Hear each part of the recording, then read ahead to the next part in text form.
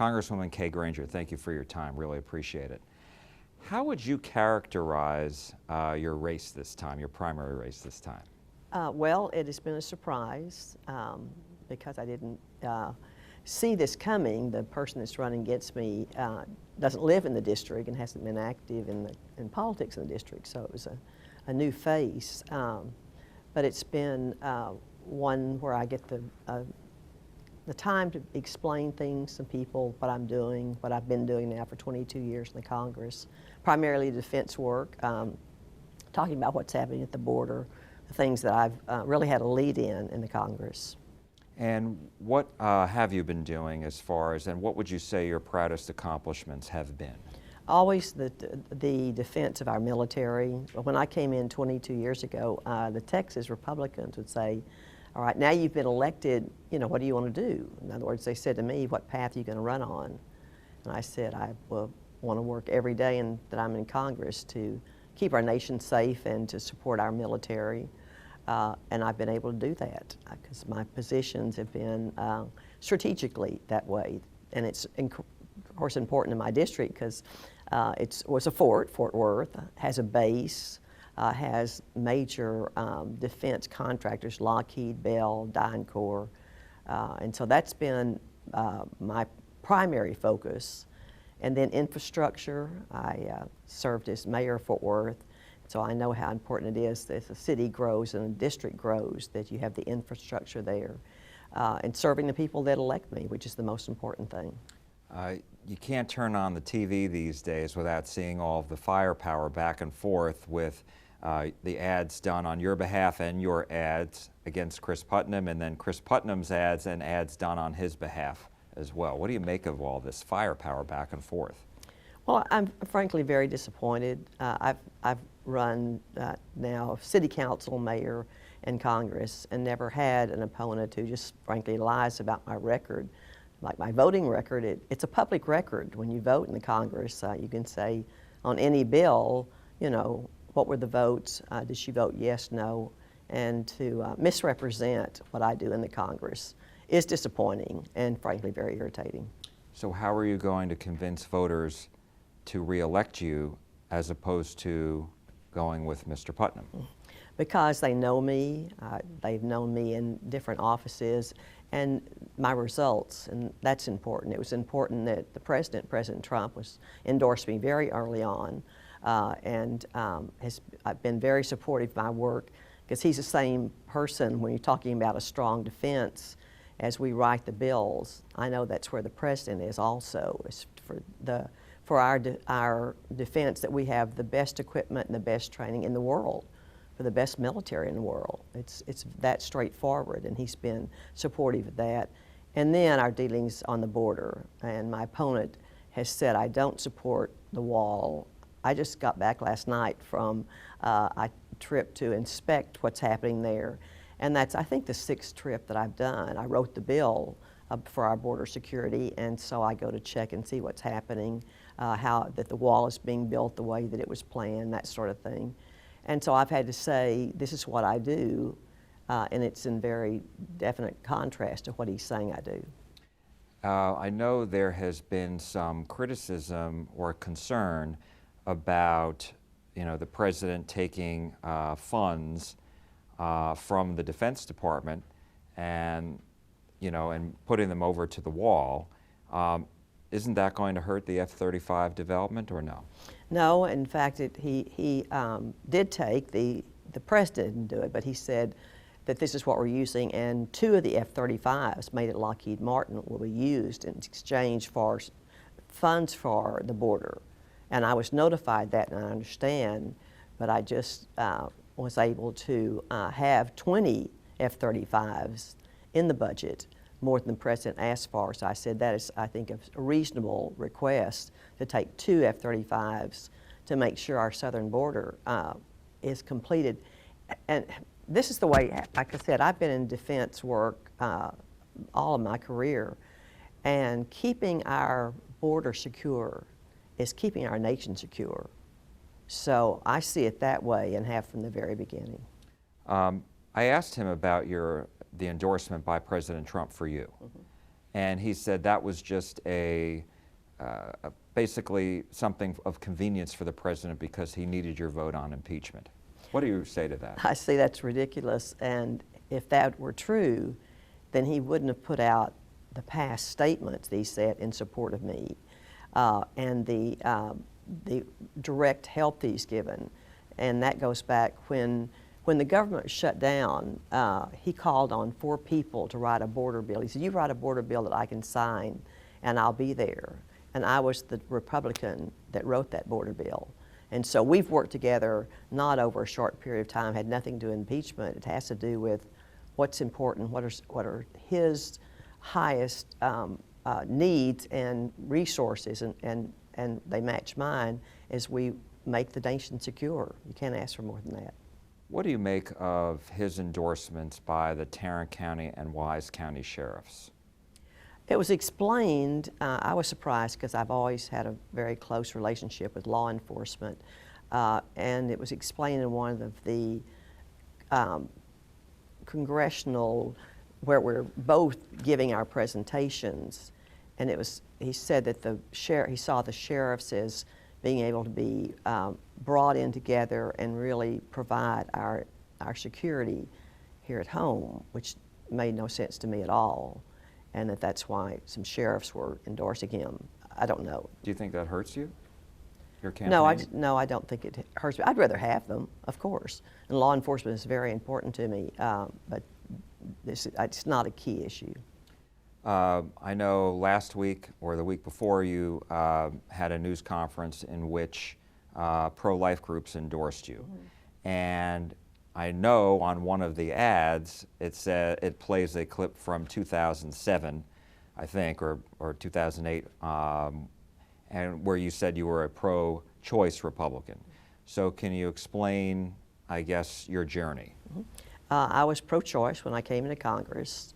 That I think was made 13 years ago. When I came into Congress and I was pro-choice and I went on appropriations, some people, members of Congress, came to me and said that they would like to talk to me about my positions and where I would be. And Chris Smith, who is the chair of the pro-life caucus, and he took me as I think his personal project. We met many, many times, and over a period of about 3 years, then I saw some things differently than I had before.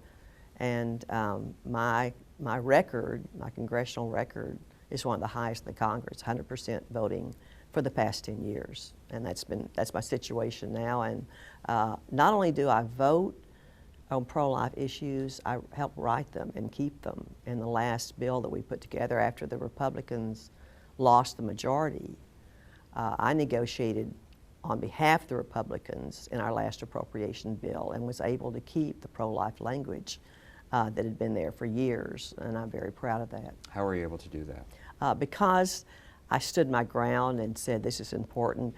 Appropriators, there's a give and take. So when the majority is Republican, you have a stronger position to negotiate from. When we're not, we lost the majority. But the woman I was negotiating with, her name is Nita Lowy from New York, and she and I had the same position on appropriations and have worked together for years. And the give and take was there, and what I got was the pro-life language. And I wanted to ask you because, you know, in the ad, it raises doubt about your commitment. So what would you say to those who have doubts about your commitment to pro-life? I would say a 10-year voting record, the highest in the Congress, and endorsed by all 3 of the pro-life organizations, federal organizations. They all endorse me, and that's a good endorsement. You had mentioned infrastructure before, and there's been a lot of talk about Panther Island. And Panther Island didn't get any new federal money. Right. A lot of people are concerned about that. What do you say to them, the fact that there is no new federal money on that project? I'm concerned too. I worked on that project for a long, long time. That project was started because the Corps of Engineers notified the city of Fort Worth, you are not in compliance, and if you have a flood of the degree that Fort Worth has already had one twice, you can't maintain the floods. And they notified the city of Fort Worth of that and said, you have to come into compliance. The Corps of Engineers then helped the city design the project that would maintain a flood of that magnitude. And that's what the Trinity River Vision became. It's their Corps of Engineers, their design, and their help.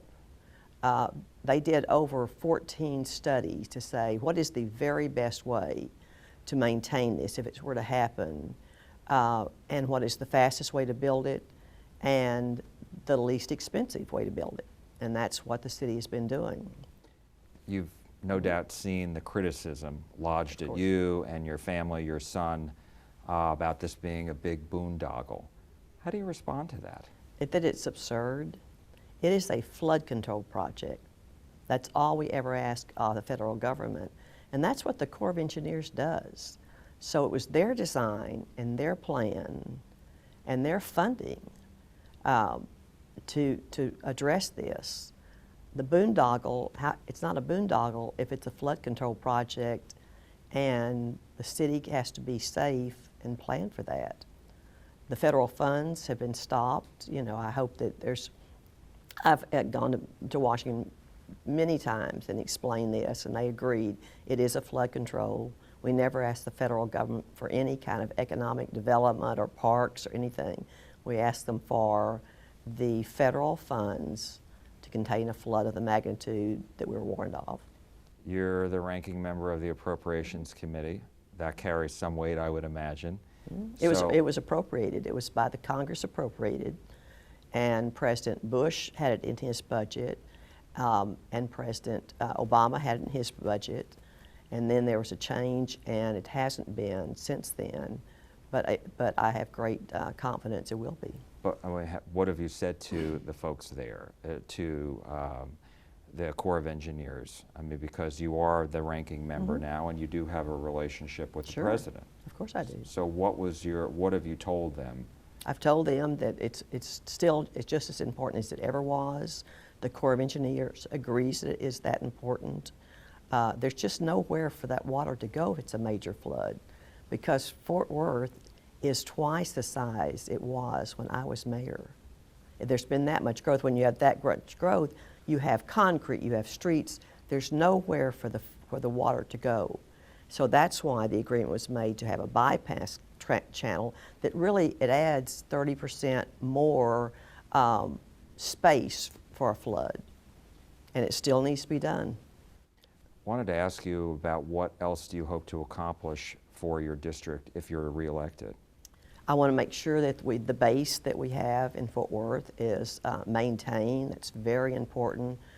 We have so many persons that served at that base and then came back here to live, and so it's very important. That's infrastructure. That the infrastructure, that's the roads, highways, to take care of the growth, and make sure that we have an education where people want their children to go. All that growth is a part of, whenever there's a federal part to that, then it's my job to understand that and to represent my district in the need for federal funds and planning.